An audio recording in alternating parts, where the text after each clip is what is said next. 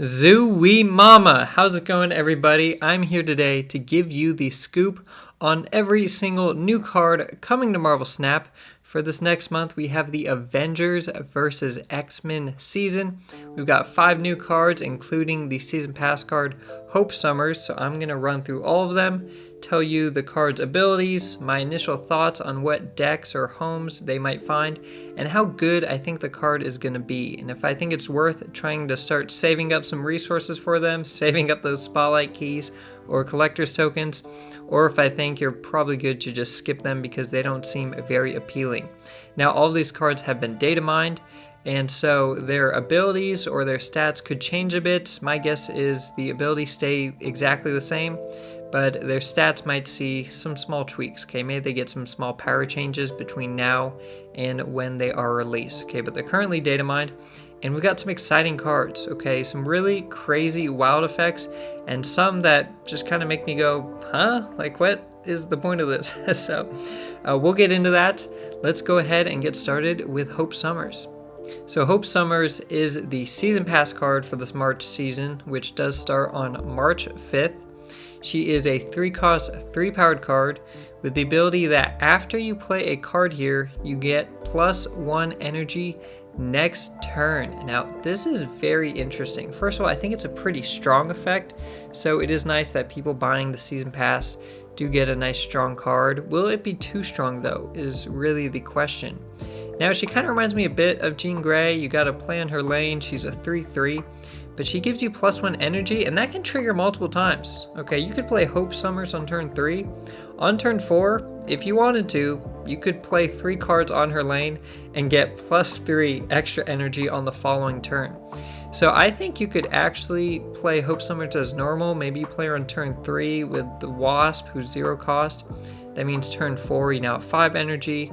Maybe you play on her again. Turn 5, you now have 6 energy, right? Kind of use her as just +1 each turn. A bit of like in Electro or Corvus Glaive effect, but there's no downside besides the fact that you fill her lane. But I think what you could also do is play Hope Summers, turn 3 or 4. Turn 5, slap 3 cards on her. Okay? This means that on turn 6, you would have 9 energy.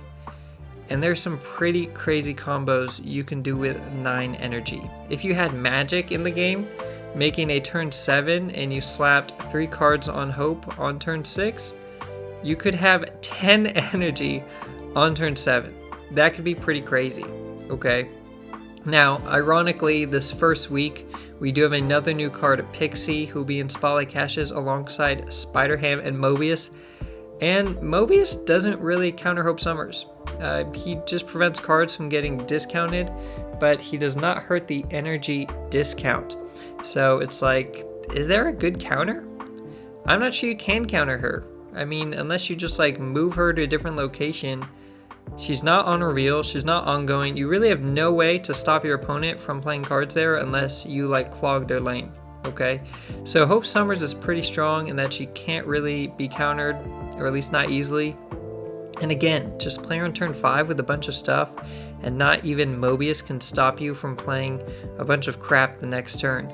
We're going to see some wild combos with Hope Summers. Now, here is the variant that you will also get for Hope Summers if you do buy the season pass. It is a Panda Studio variant, and they're actually making all of these Spotlight variants for the new cards coming out in March. Okay, so every single new Spotlight variant is Panda Studio. Second Dinner seems to just really be eating up their variants. Okay, maybe they sell really well. I don't know. So in terms of being fun, I think she's pretty fun. Okay, if you just go for playing her on turn 3 and ramping out, I think that's a bit okay. But I really like the idea of having her down and slapping as many cards as you can on her on turn 5 or turn 6 if it's a 7-turn game. Okay, just one turn before the last turn of the game, slapping a bunch down, and your final turn is just going to be nuts. Okay, you do have the downside that you might have filled her lane or almost filled it, but it's just going to be crazy being able to like consistently have 8 or 9 energy on turn 6. I mean, really no other card lets you do that. In terms of being flexible, I think she's okay. I think a lot of decks don't really need her to, energy ramp. We see Zabu right now, he's super popular. Oftentimes you can just play most or all of your cards or you're limited by board space. Okay, so a lot of decks just don't really need trying to get energy ramp, like it's not worth the effort. Okay, the juice ain't worth the squeeze, but some decks will, and you could do cheap decks like Thanos, although that might board fill. You could do bounce stuff. I mean, there are some different options, and again, going for some wombo combo stuff, or even Thor, Better A Bill, you could play their hammers on Hope. I mean, there's just some things you can try out. In terms of being competitive, I think she's good. I'm not sure she's busted. Again, energy cheat is normally very good. It can be very strong. 3/3 is decent stats. But unless there's really something that's basically impossible to counter that you can do with 9 energy on turn 6, I don't think she's going to be busted.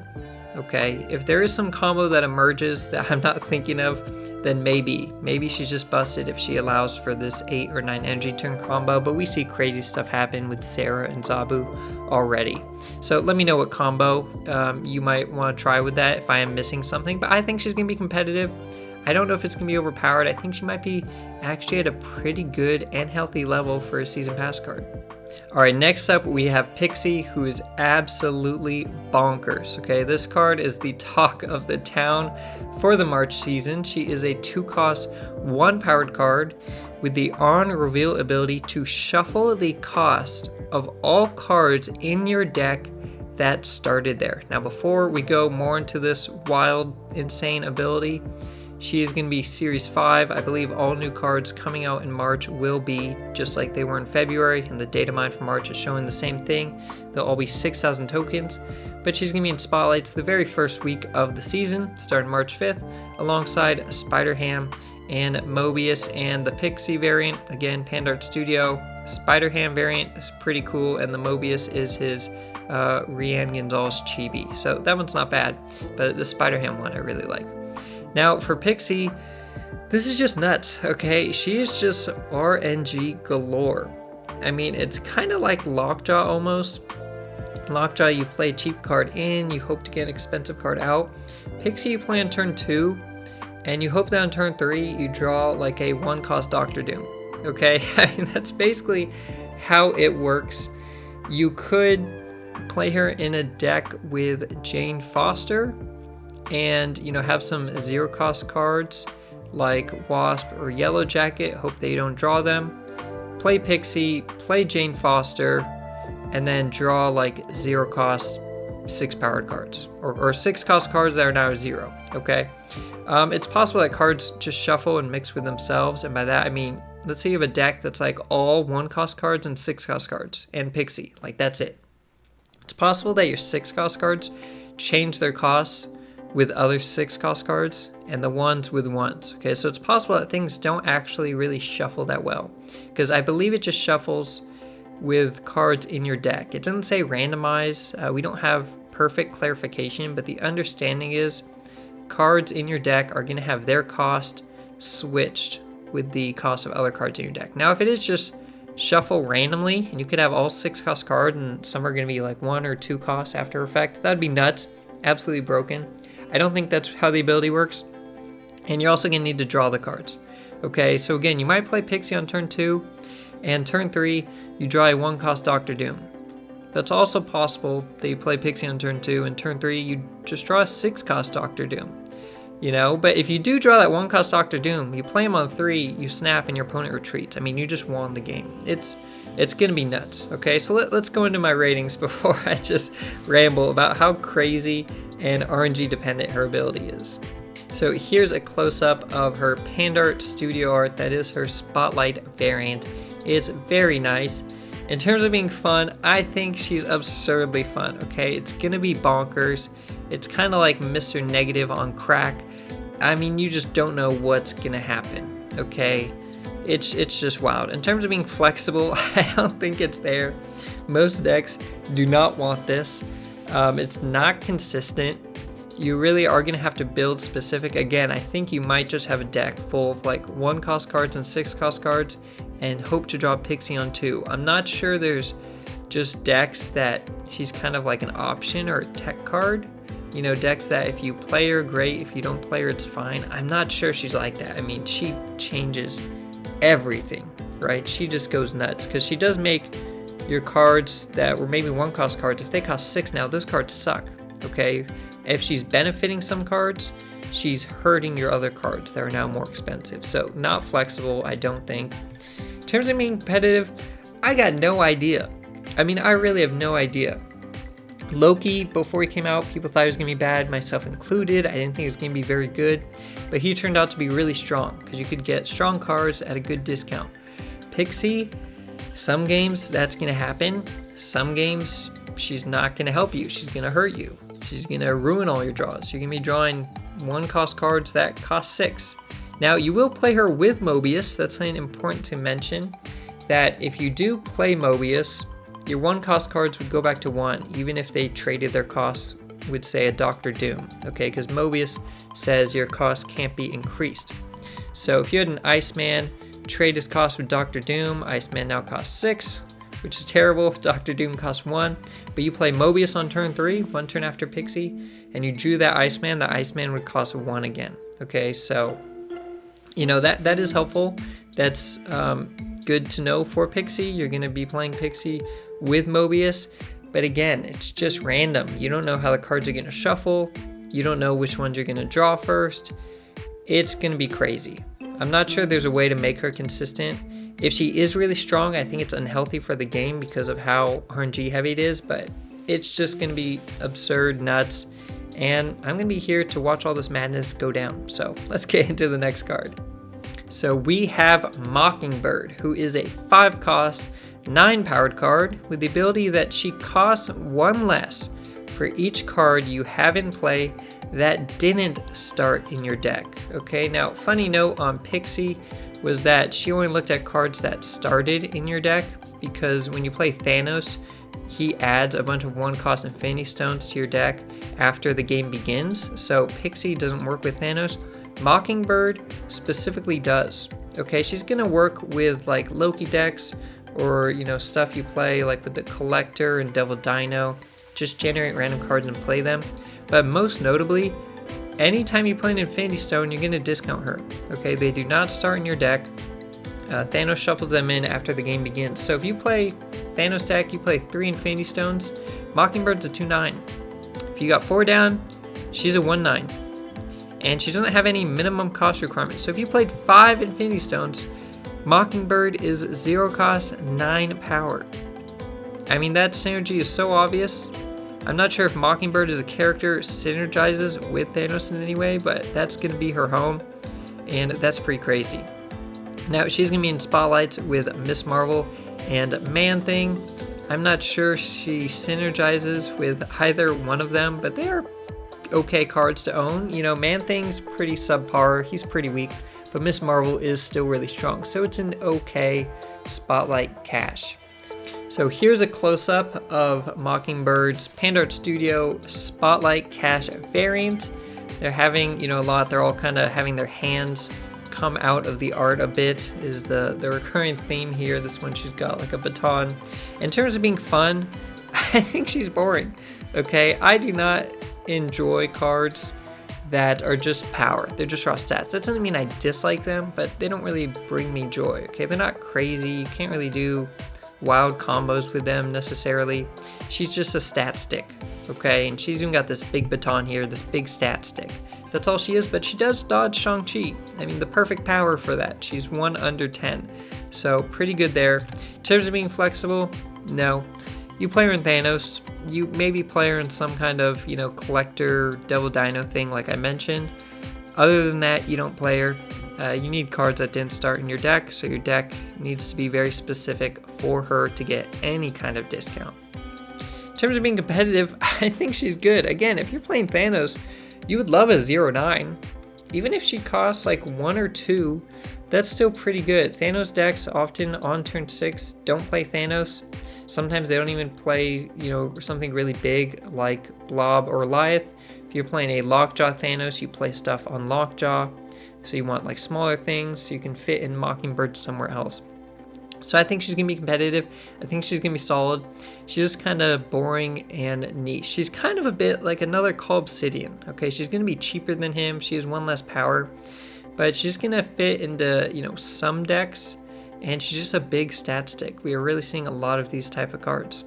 Next, we have Cannonball, who is a 5-cost, 8-powered card with the on reveal ability to move an enemy card away from here and add a rock to where that card was.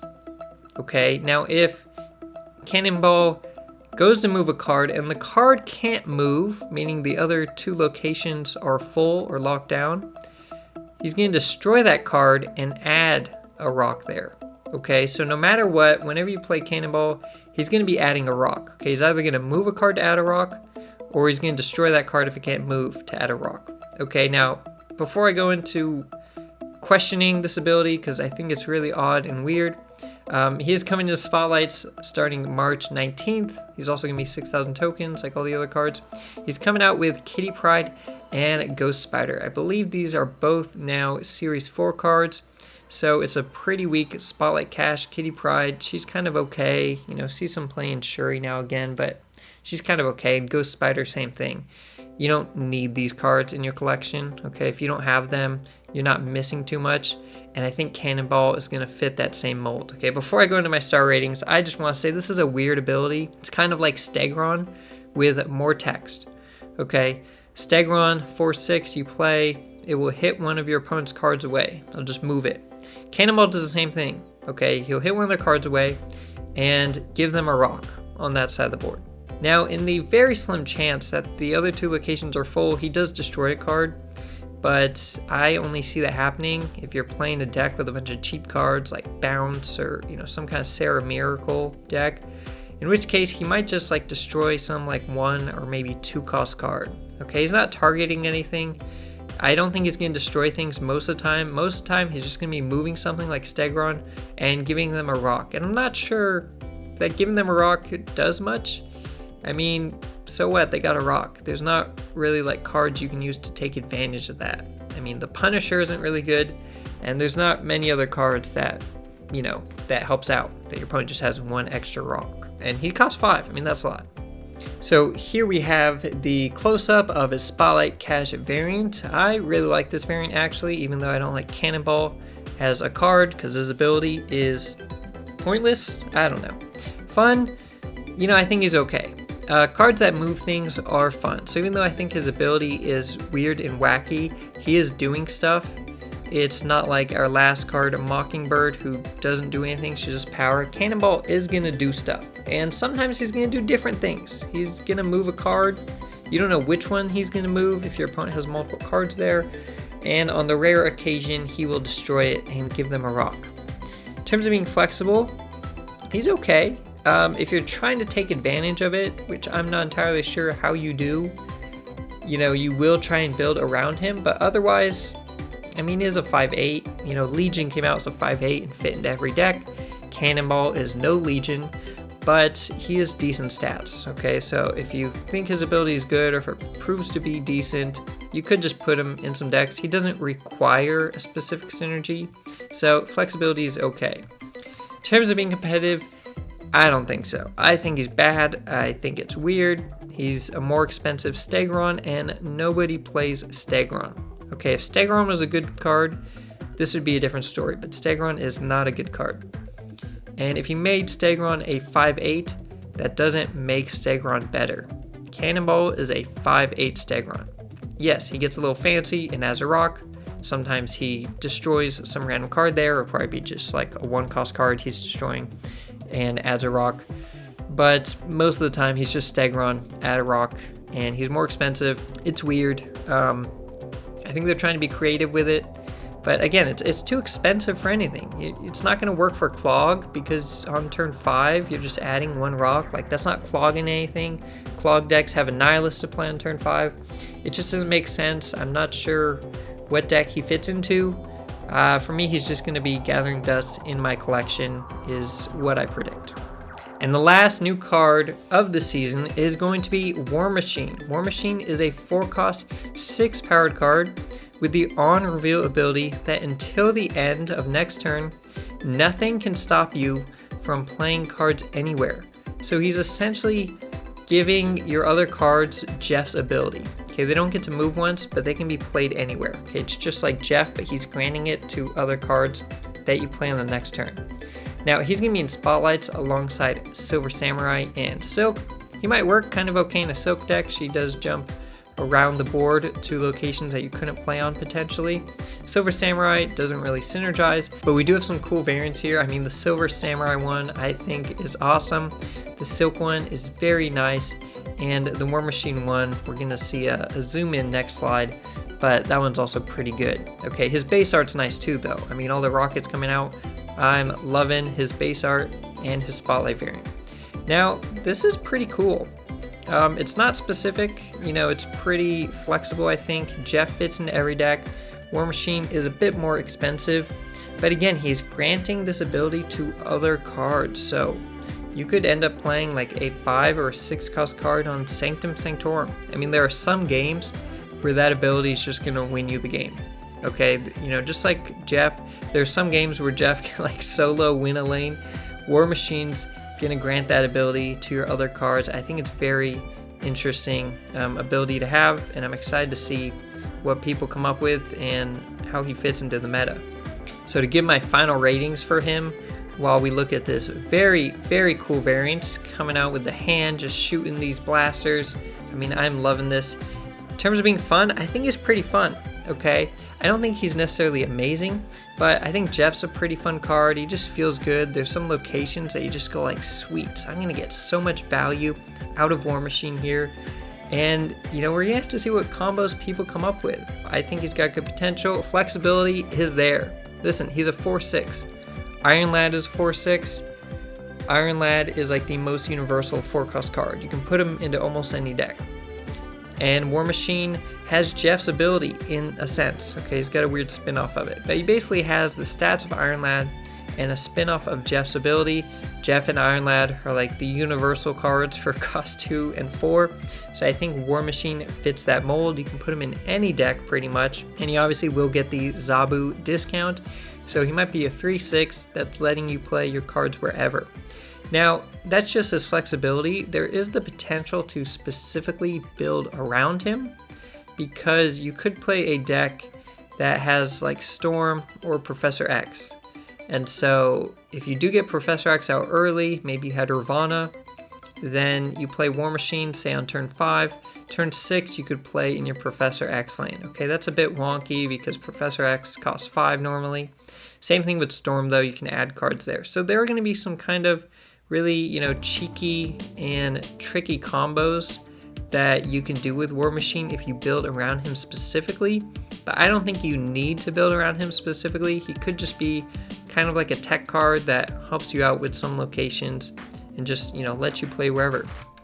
So in terms of being competitive, I think he's good. I don't think he's busted. I'm not sure how many games he's actually gonna really add a ton of value more than just his base power. Again, a lot of games, I mean, if the locations are normal, if they're not locking you out, then you can already play anywhere. Okay, and Jeff is a 2-cost card, so having it just on Jeff is fine because he costs 2, and Jeff can also move once, and that's very strong. You can use that for priority. You can temporarily fill a lane. War Machine doesn't let you do that. Okay, he loses that part of why Jeff is so strong. He doesn't let you temporarily hold a lane and fill it and then, you know, move a card out. He's just letting you play cards anywhere but not move them. So I think he's competitive. I think he's good. I don't think he's game changing. Okay, I don't think he's busted. He's gonna see some play. I don't know if he'll be the most played card of the month, but he could be because of how many decks he can work in. Again, he's just a 4/6, like, that's solid. He's just a solid card. All right, so that sums up my review for all of the new cards coming to Marvel Snap for the March Avengers vs. X-Men season. And the cards that I'm going to be keeping my eye on the most, the ones that I think have the most potential and are just kind of, you know, crazy and wild, is going to be Hope Summers, Pixie, and War Machine. Again, I think Hope's going to be good. She has the potential to be busted. We're going to have to keep an eye on that. Pixie is just absolute madness. Might even be bad for the game because she might introduce just too much RNG.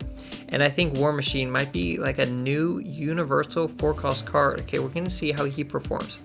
Now, I don't think Mockingbird is bad. I think she's pretty strong, but she's kind of boring, niche. The home is going to be Thanos, like probably not too much that's going to surprise us about her. And Cannonball, I'm also just interested to see what people try, but I'm not confident that any deck with him is going to work very well. Okay, I'm going to pay attention, see what gets tried out, but I don't have high hopes for how he actually performs. So those are my early predictions and insights for these cards. Let me know what you think of them in the comments down below, which of these cards you are most excited for, and what kind of wild, crazy combos you plan to try out with them. So until then, stay positive. I'll see you next time.